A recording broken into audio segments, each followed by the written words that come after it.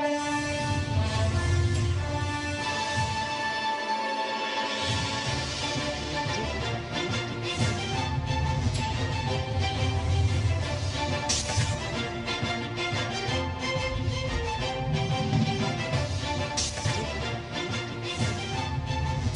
everyone. Welcome to Sunday Politics live on Channels Television. I'm Sean Kimbaloye in Abuja. We're keeping tabs on the report submitted to the Lagos State government by the ENDSARS Panel of Inquiry over allegations of police brutality and incident which occurred on the 20th of October 2020 at the Lekki Toll Gate in Lagos. The Justice Doris Okwebo-led panel has submitted his report, and there are indications that the details are far-reaching. But the Lagos State government says a white paper on the report will be released in 2 weeks. That was when it was submitted. And here we began the countdown since then. And it's now 2 days to go for the white paper to be released. Our eyes are on the matter right here on Channels Television.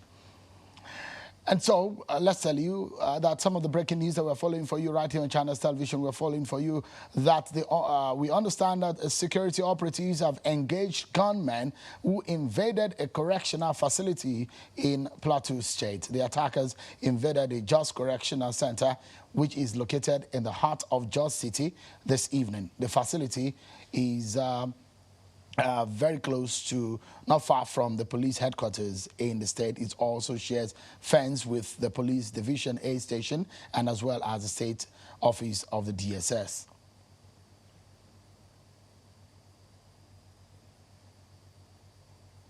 The past week has seen us debate on several issues. We discussed several national issues ranging from planned subsidy removal to the issues of ENDSARS report and the controversies that trailed it, the activities of the ruling APC with the plans to hold its national convention in February, and the opposition PDP saying they want to rescue and rebuild Nigeria. That agenda got us talking at some point in the week. Tonight, my guests is perhaps someone who is going to be talking about all of these issues. A member of the ruling APC, is a senior lawyer, a human rights activist. Before he was appointed a minister in the Buhari cabinet, he was also the director of media for the APC campaign organization for the 2019 presidential election. Mr. Festus Keyamo is our guest tonight, senior advocate of Nigeria. Thank you so much for joining us tonight. Thank you, Cheryl. Perhaps part of what I didn't mention is that you're a committee in that committee set up by the president to interface with Twitter. First and foremost, how far have you gone about that? When? Because we heard soon. Soon is becoming weeks, becoming months now. Thank you. We have made significant progress in that regard. And the reason why the president took that step, really, is to recalibrate our relationship with Twitter, not to totally drive Twitter away from our country. And that recalibration, we started it. The president graciously added me, to the committee. So we're about 5 of us in cabinet that engaged in Twitter. We also set up a technical committee. We, the minister, set up another technical committee to interface with Twitter and come up with a lot of conditions for them to fulfill for us to lift the suspension. It was Twitter, just to put it in context, it was Twitter that reached out to the federal government to say they want to know what they can do to straighten up the relationship with the federal government. And so we've gone far. I may not, at this forum, let out a lot, but we gave them a lot of conditions. They have agreed to all the conditions. What is left now are the timelines to fulfill those conditions. And once those timelines come and they fulfill those conditions, Twitter will be back to business in Nigeria. What's the timeline? Well, there are various issues we put on the table and various timelines for them to reach, fulfill those conditions. So it's up to them now, really. So it is Twitter now, not Nigeria, not on the part of Nigeria. Because they know exactly what we want. And these are things that are extremely altruistic. We're talking about, for example, taxation. They've agreed to that because they have been paying taxes to other countries, and they will not be paying tax to Nigeria. So they've agreed to taxation. They have agreed to opening an office in Nigeria so that there can be some you know, face-to-face complaints, so that we don't have to be going to through the algorithm to complain and about activities of certain persons who are using Twitter in Nigeria to subvert the government of the day. Also, the government will also want some kind of control.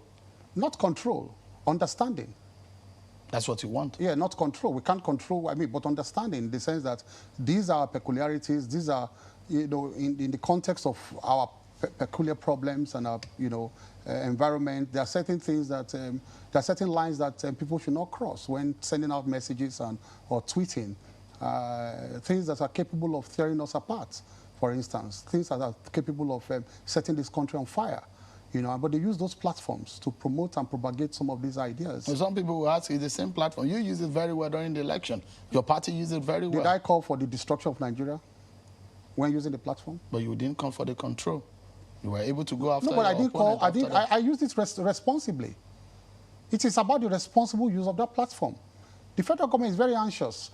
Not only Twitter. In fact, we're also developing a code of conduct. Let me let that one out too. They have agreed to a code of conduct. Twitter or every other social media platform? And because we are doing this, we are using the example of Twitter to draw up this code of conduct for all social media platforms, Facebook, Instagram, Twitter, and all of them. Because we don't want to, we decided at the committee level that we didn't want to isolate Twitter and then give them some kind of, you know, a bias treatment, different from other social media platforms like Facebook and Instagram and all of them. So we are developing a code of conduct, not for Twitter alone, but for, you know, the general social media platforms and, you know, responsible behaviors that they must, you know, comply with. But would that be enforceable by law? Is a code, not under what law will it be captured? But I'm not sure. Code of conduct can be made as a by-law or some conduct under the NBC code, under the you know, through the NBC, because that is broadcast. That's just an aside, because we have some very pressing national issues to discuss. Yes. One of which is the ENDSARS report and the allegations of human rights violations. So, on one hand, the president told Mr. Blinken when he came to Nigeria, when that conversation came up, that he's going to wait for the Lagos State government to release its report. On the other hand, a few days later, we saw the Minister of Labor, Minister of Information come out to speak extensively about it and criticizing the report that is not yet released, basically talking about the leaked report that was in the public domain. Now, the question, it does look like a policy somersault of somewhat. At what point did the federal government change its mind? Is this government working on the same page? So, I will not answer this question as a sitting minister. I will answer this question as a senior advocate of Nigeria, a member of the inner bar. And so I'm entitled to my personal opinion. This is not the federal government's position. For me, that panel was an illegal panel. The panel of inquiry? It's totally illegal. Led by Justice Okwebe. And set up also across the nation in at least 20 states. Illegal panels. Why is it so? All lawyers who are listening to me should go back and read the Tribunals of Inquiry Act of Lagos State. It says that the governor will have power to inquire into the conduct of any person, underline any person, and then chieftaincy matters and on, and then any other matter within that to promote, you know, the good of the public. However, any person there was defined in Section 21 to mean public officers of the states. Because when they say any person or any person of the state, within the state, officer of the state, is defined to mean somebody within the public service of Lagos State or of the local government, as the case may be. Then the phrase was used at the end of Section 1. There it says any matter that they can inquire into any matter. So people now think that to inquire into any matter, it means that you can just be at large. You can be at large. You can inquire into any matter. However, if you look at Section 21 again of the Tribunal of Inquiry Law, it says that it has to be within the legislative competence of Lagos State. The person or the matter must be within the legislative competence of Lagos State. In other words, it is only people over whom the Lagos State has control that they can inquire into their conduct. If you don't have control over me, you can't inquire into my conduct. Policemen, The armed forces, military, they are not officers of Lagos State. They are officers of the federal government. By virtue of the Constitution, it's only the federal government that can control the conduct of policemen. And the military. Lagos State cannot be in control. Cannot legislate too regarding police matters and military matters. Because they're on the exclusive legislative list. It's exactly on the exclusive legislative list. So when you now say any matter, listen, when you say any matter, you cannot then say that you now hide under that phrase of any matter to defeat the original purpose of the law that says do not go beyond the persons over whom you have control. So when you now say any matter, and in the course of delving into any matter, you now call people and begin to inquire into the conduct of people not under your control, it is illegal, completely illegal. And no paper, no recommendation, nothing can come out of an illegal panel. Nothing. Illegal not because... they have powers to set it up.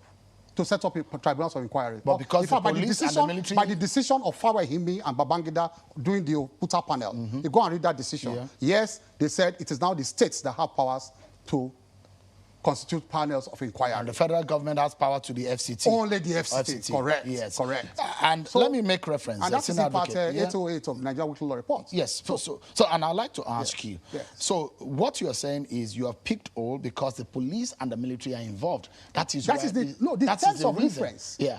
Go and look at the terms of reference. There are 6 terms of reference. Yes, but conduct of SARS, conduct of this, the victims of SARS, but the question and the officers of SARS. The question I'd like to ask you is that it's involving the citizen of Lagos State and infrastructure and livelihood of Lagos State. But that is the point they are making now, that the government the panel was not given powers and a mandate to inquire into the conduct of citizens, for example, who are fighting the police.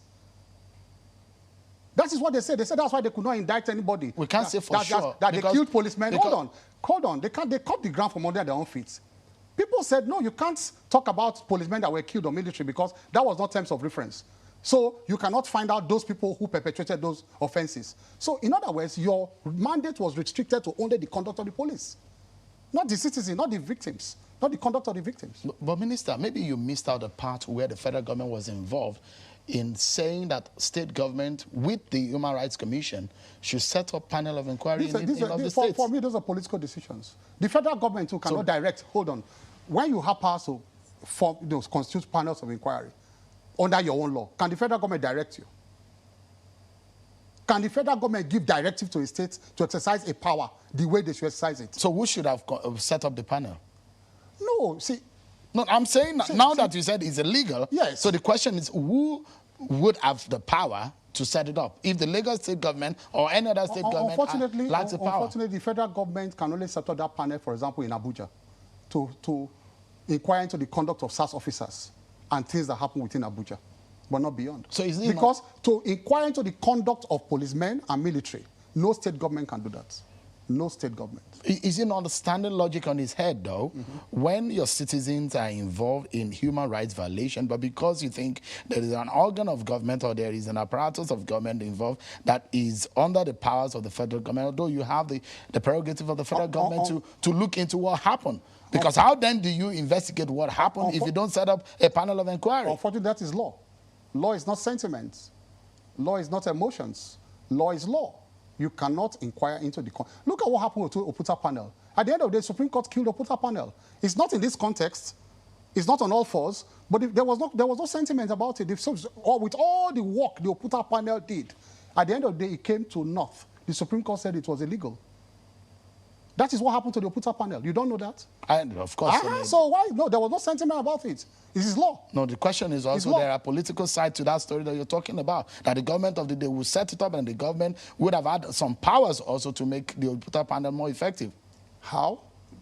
But the federal government at that time, they wanted to just investigate all human rights abuses that happened even the president country, at the time, outside Abuja and all parts of the country like Kalakuta Republic, the bombing of Delegiwa. In fact, it was the Delegiwa petition that brought about the invitation to Babangida that he now went to court.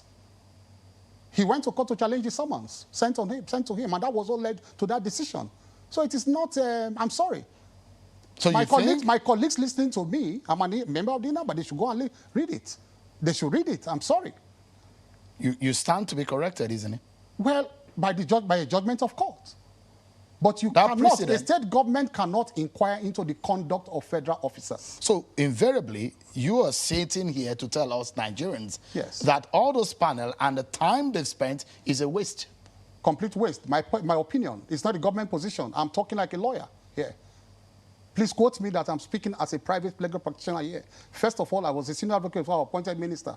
So I am calling upon my own knowledge.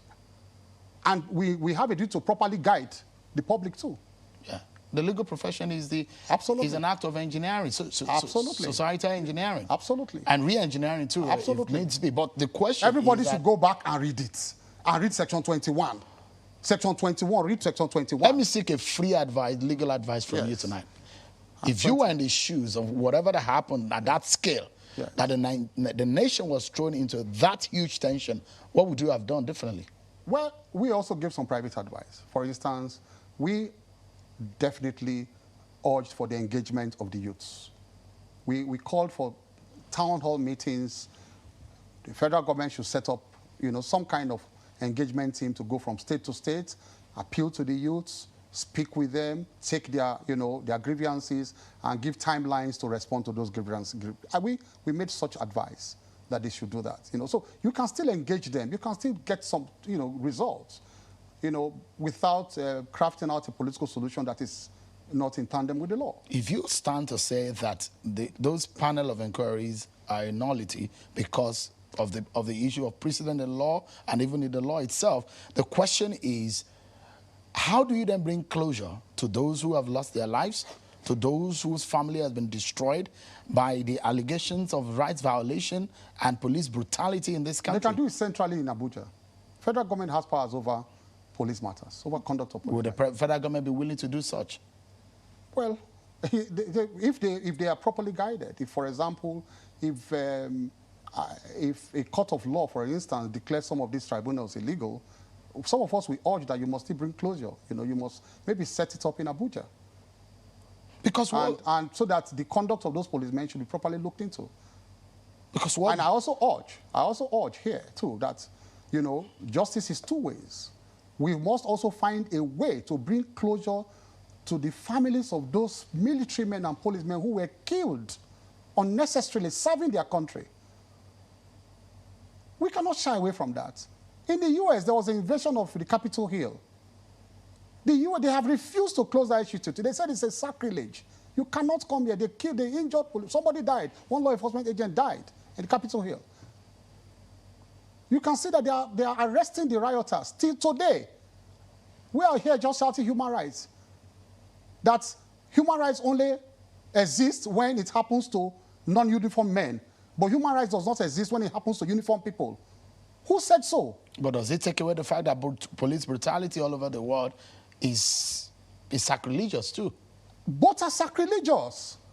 Does it matter? If you are a human rights activist, does it matter who is involved? Exactly, you are now saying the truth. The question is that whatever side, the point is that whatever side is involved, you must probe those who killed policemen and policemen who killed innocent people and bring everybody to book. Should the federal government have sent soldiers to that scene?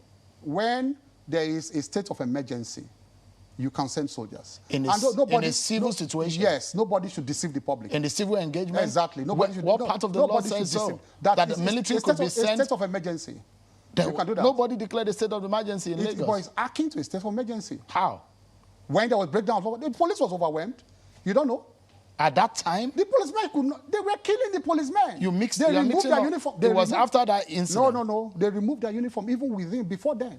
Don't forget that before that time, before they declared a curfew, if you know the incidents that preceded that, before they declared a curfew on that day, there was complete breakdown of law and order. Policemen were not willing to come out again. They were not willing. Or they didn't have the capacity to be able to withstand civil engagement, such as protests. Whatever happens, but there was, at that point, this thing had broken down. Mr. Keyamo, it had broken down. You made a name as a civil rights lawyer, as a human rights lawyer. Fighting for everybody. Yeah. But under this government... Fighting for everybody. Under this government, when you hear allegations of human rights violation, how do you feel? I feel terrible, and nobody covers it up. that this government is being criticized? I'll give you an example. Does not have a good reputation in the human rights community. Who said so? Amnesty International said so. No. You want me to play the soundbite? The Amnesty you are talking about, they are members of PDP in Nigeria here. I know them. Amnesty International? Yes, members of... That's a very weighty allegation. Sympathetic to opposition. And they work hand in hand with opposition here. Weren't they sympathetic to your party when you were in opposition? Well, if you cite instances, cite specific instances. I remember that there was an quote-unquote invasion by the DSS to the APC data center. Just a moment, please. Just before your party won election. Have we invaded the PDP headquarters? No, the question is no, that you said I should cite, and I'm citing a situation where your party took to the streets and right organizations supported your party. But I'm just telling you now that kind of situation was complete, breach of rights. How can you go and invade the office of your opposition in order just to win an election? In the run-up to 2019 election, tell me one thing we did to the opposition. We fought on ideas, we fought on everything, but we never invaded the PDP headquarters. But we're talking about the citizen of Nigeria now. Thank God, hold on. Thank God you have reminded Nigerians of that incident now. So PDP that says they want to rescue Nigeria from us, Nigerians should remember what PDP they were doing when they were in power. They were invading offices of opposition and arresting members of opposition in their campaign offices. Has Buhari ever done that, or the APC done that to the opposition? Let me quickly play this soundbite to you so that those who are deeply involved in the matter of ENDSARS, then I'd like to get your reaction. First and foremost, a member of the panel, Segun Awosanya, popularly known as Shegulik, was on this program earlier on. Take a listen to him. The thing that we can speak to ethically is the response of the government through the white paper as promised to be made public. So until then, we can go into the details. But as far as I'm concerned, what I'm hearing now is the same attitude that makes the public feel that the gap between the leadership and the led is getting wider. And this is one of the reasons why governments will never be trusted. It's easy for governments to communicate with themselves across board. And I think that the minister should use his position in government to be able to liaise with the state authorities to clarify or check information with regards to the panel's work. So that would have been an ideal step also, and to allow the state government to carry out their task in this regard. It's not surprising for us at Amnesty International that the minister, Lai Mohammed, continues to deny the incidents that happened that unfortunate day, the 20th of October 2020 at the Lekki toll gate. Because we've seen in the last 1 year the constant attacks, the constant narrative that is put out there to gaslight victims, survivors, witnesses, and to create the impression that people are just up to no good.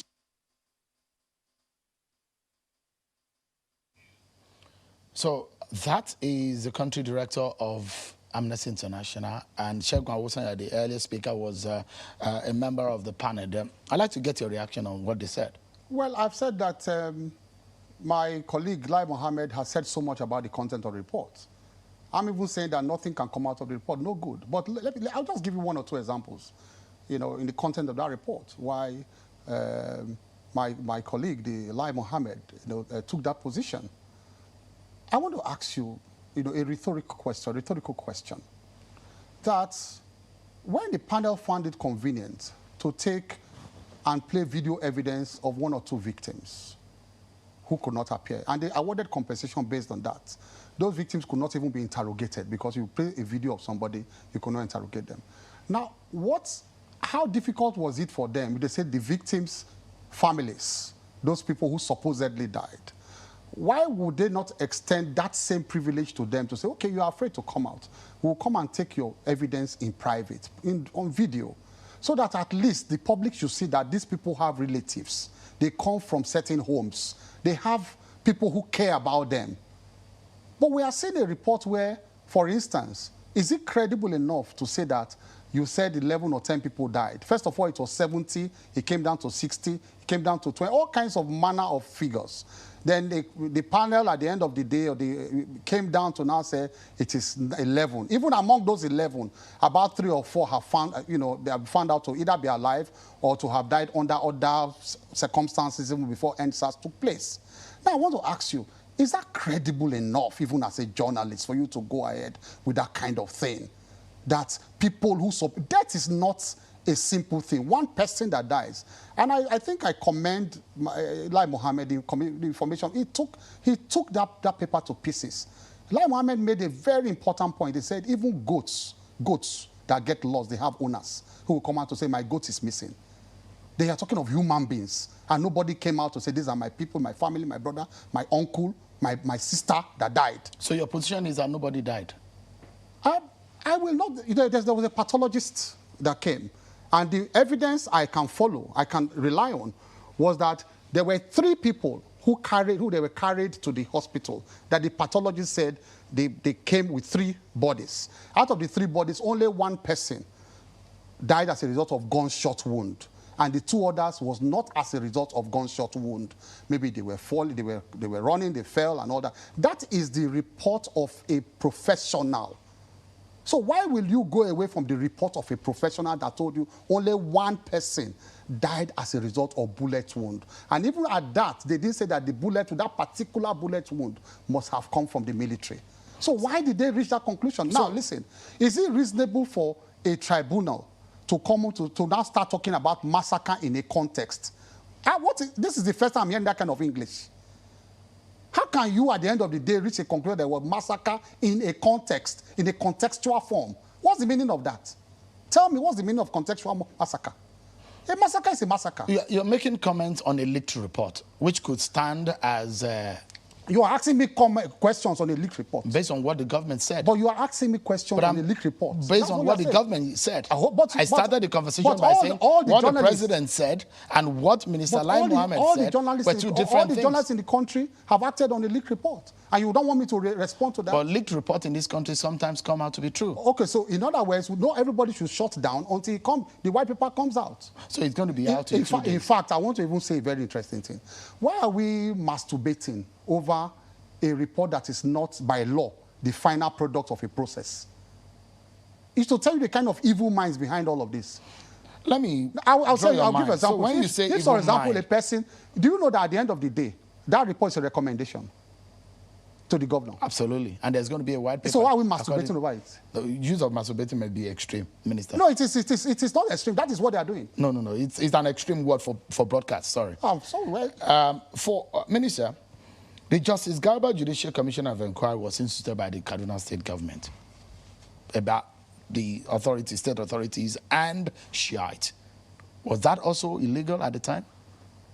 Well, you need to read the terms of reference to me, and I need to look at the Kaduna State Tribunals of Inquiry law. So because I'm making reference... Nobody should speak from the top of their head. You need to read the law itself. You remember what happened between the Nigerian, the Chief of Army Staff, and the issue with the Shiite and what Kaduna State government did at the time. So making reference based on the fact that it was involving the military in the issue of Lagos and the police, and so you said it's illegal because... It can be military, but the terms of reference, they may have coined it to avoid that. The military may be involved. Don't forget that. But you may coin your terms of reference to ensure that it remains within the precinct of your powers. So you need to read those terms of reference in particular. I'll read something that Mr. Falana said to you, but it's going to be after the break. I mean, he's a senior advocate of Nigeria, just like you. Yes. But we'll take a break, everyone. When we return, our conversation with the Minister of State for Labor and Employment, Mr. Festus Keyamo, senior advocate, continues on the state of the nation. Stay with us, everyone. We'll be right back.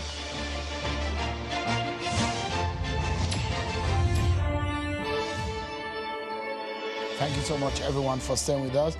Mr. Festus Keyamo, senior advocate of Nigeria, the Minister of State for Labor and Employment, has been speaking with us. Thank you so much, Honorable Minister, for joining us tonight. Thank you. Let me just read out what Mr. Femi Falana said. And he said, and I want to quote a section of what he said. He said, but by not waiting for the reaction of the state, the minister has overruled the president of the republic. As that was not enough, the minister decided to install the governor of Lagos State, Babajide Sanwo-Olu, by rejecting the report of the Judicial Commission instituted by him under the Tribunal of Inquiry Law of Lagos State. Thus, the governor, who is currently studying the report, has been presented with a fait accompli by the minister.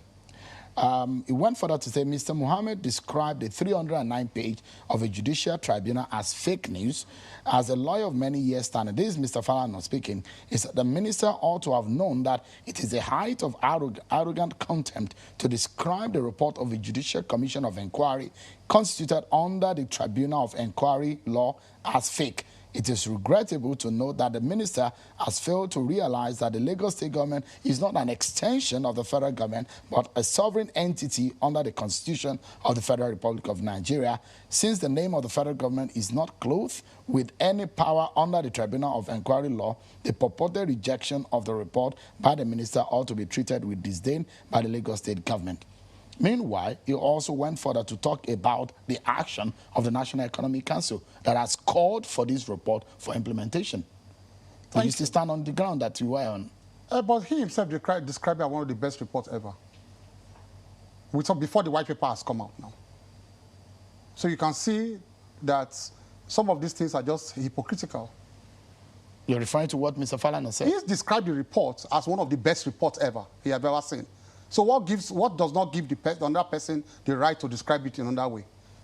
What removes the power or the discretion from any other person to describe the report before the white paper came out? He praised the report and accepted and said it's one of the best ever. So what gives him the exclusive preserve to take one stand and people should not take the other stand?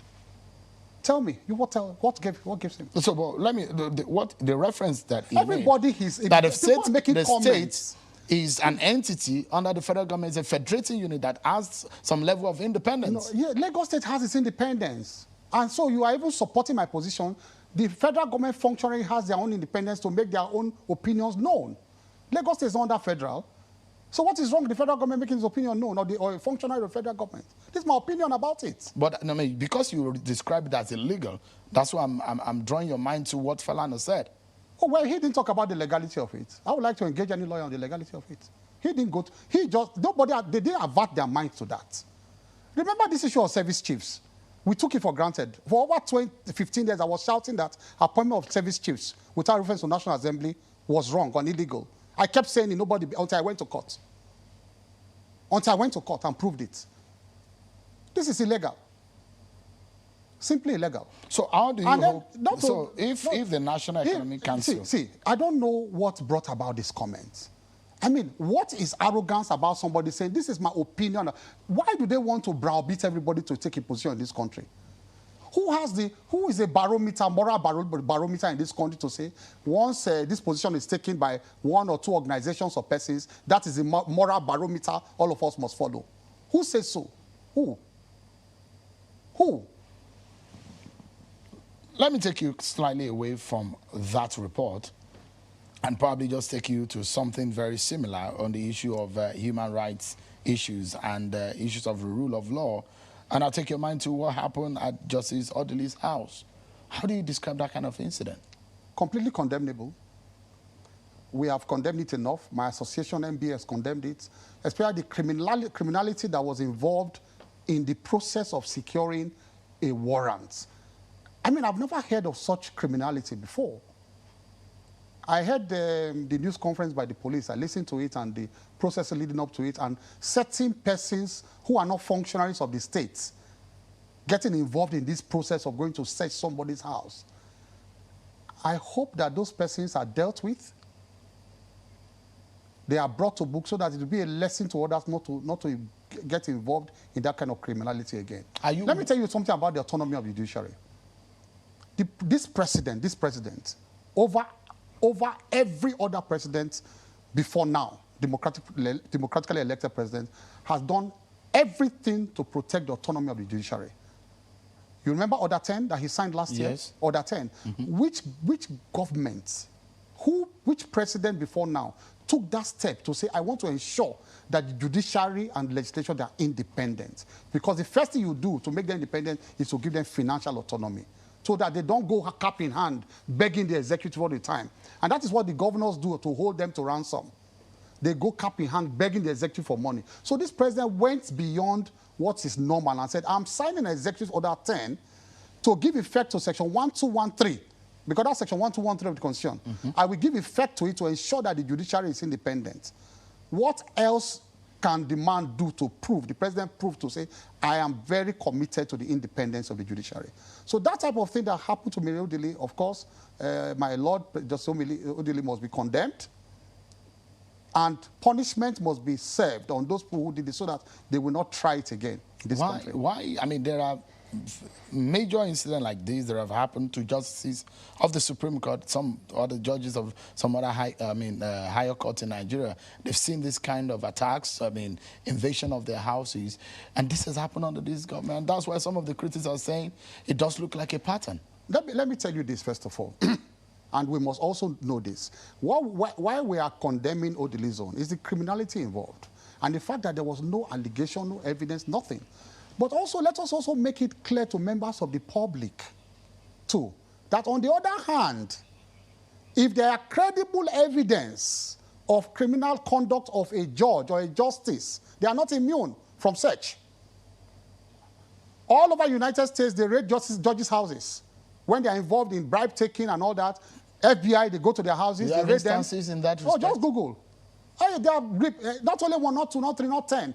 In the United States, this is the icon of human rights, the standard bearer. They raid judges' houses when they have evidence, arrest them and charge them. So it's okay to raid judges' houses If there's credible, there must be credible evidence, and you cannot go searching for evidence. I want to say that. You cannot go searching so you want to make a raid to search. No. You must have credible evidence, you must have followed it up, you must have concrete at the end of the day before you go there to retrieve the exhibits. Because going there is to retrieve exhibits. There must be concrete evidence. And you cannot go and embarrass a justice of the Supreme Court, say you are searching for evidence. That is wrong. But just to make it clear that if there's credible evidence of criminal conduct of anybody, whether judge or justice or anybody of the Supreme Court, it is not illegal to get a valid warrant and go and retrieve your exhibits. What about the other rules and regulations that guide the conduct and the practice of judges? I thought there is a process to go through. No. That does not override the criminal procedural law that says that anybody who is found to have, who is reasonably suspected or they have evidence against, that they will get a valid warrant to go and search your house. It does not override the procedure spelled out in the Administration of Criminal Justice law. It does not. We'll take another break, and when we come back, this time around, we will delve into some politics and also talk about some issues relating to public works. The House of Reps members say that it has failed. The minister is here to defend that. Not my program. No, they were referring to another program. Another program. So we'll allow the minister to respond to some of these issues when we return from this break, everyone. Join us again.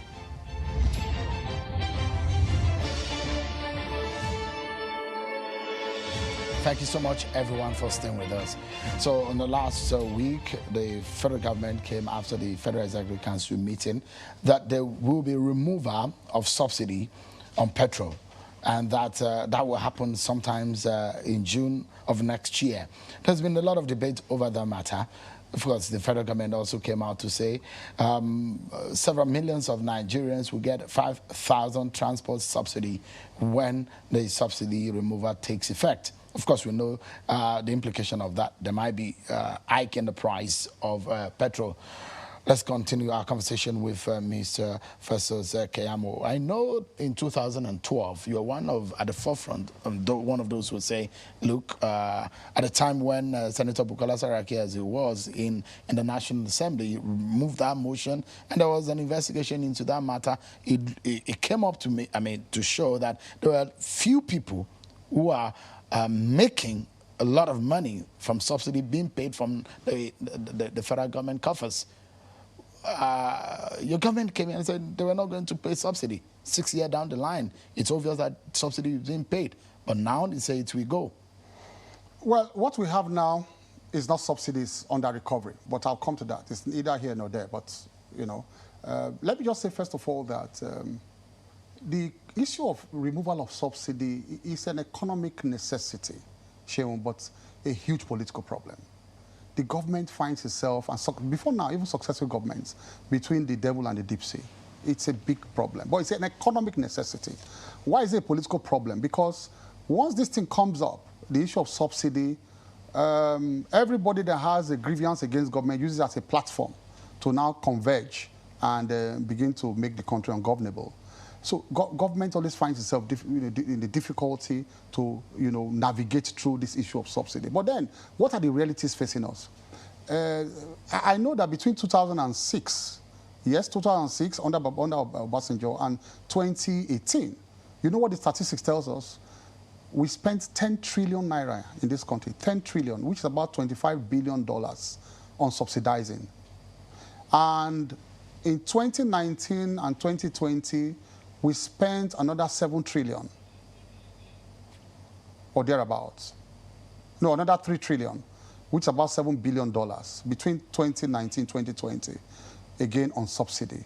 And as I speak with you now, we are doing about 200 to 250 billion naira monthly on subsidy. 200. Now, put this side by side with what we need in this country to fix our infrastructure. We are virtually seeing the money. That's the money we need. Bad roads, bad hospitals, power supply. This is what we are looking for, the rails. This is the money we are looking for. But the approach the federal government wants to take, experts have said it will cause inflation. Well, because when you put monies like that into people's hands without actually productivity, it will cause inflation. What money are you talking about? The 5,000? The 5,000. No, the 5,000 is just for 6 months. The Minister of Finance said so. It's a minimum of 6 months. A minimum or maximum of 1 year. So between that. And that at the end of the day is the total will be 2.4 trillion. That's about 2.4 trillion. Why spend that kind of money also? Well,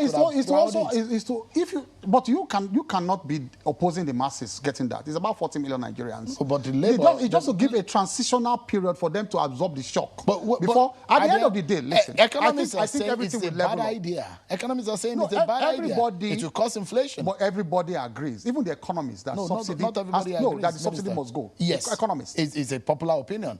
Although Labour is saying no, it should not go yet until... Yes, because labor must protect the rights of workers. But however, let me tell you this. It would appear all the time when we have this subsidy removal that it is the poor masses that will get the short end of the stick. No. It is actually the rich and powerful that will get the short end of the stick. People don't know that. Because they are the ones that are being paid now. They are the ones that are getting the benefits of the subsidy now. Not the masses. The masses need the good roads. They need the hospitals. They need public hospitals to function so that their children will not die. They need power supply. The rich buy diesel.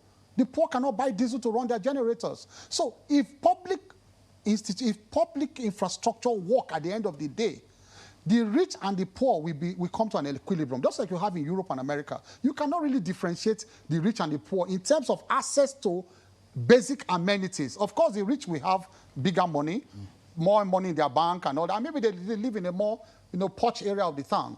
But in Europe and America, the rich and the poor, they have access to clean water, good accommodation, and on like that. Power supply. So, and even driving a car.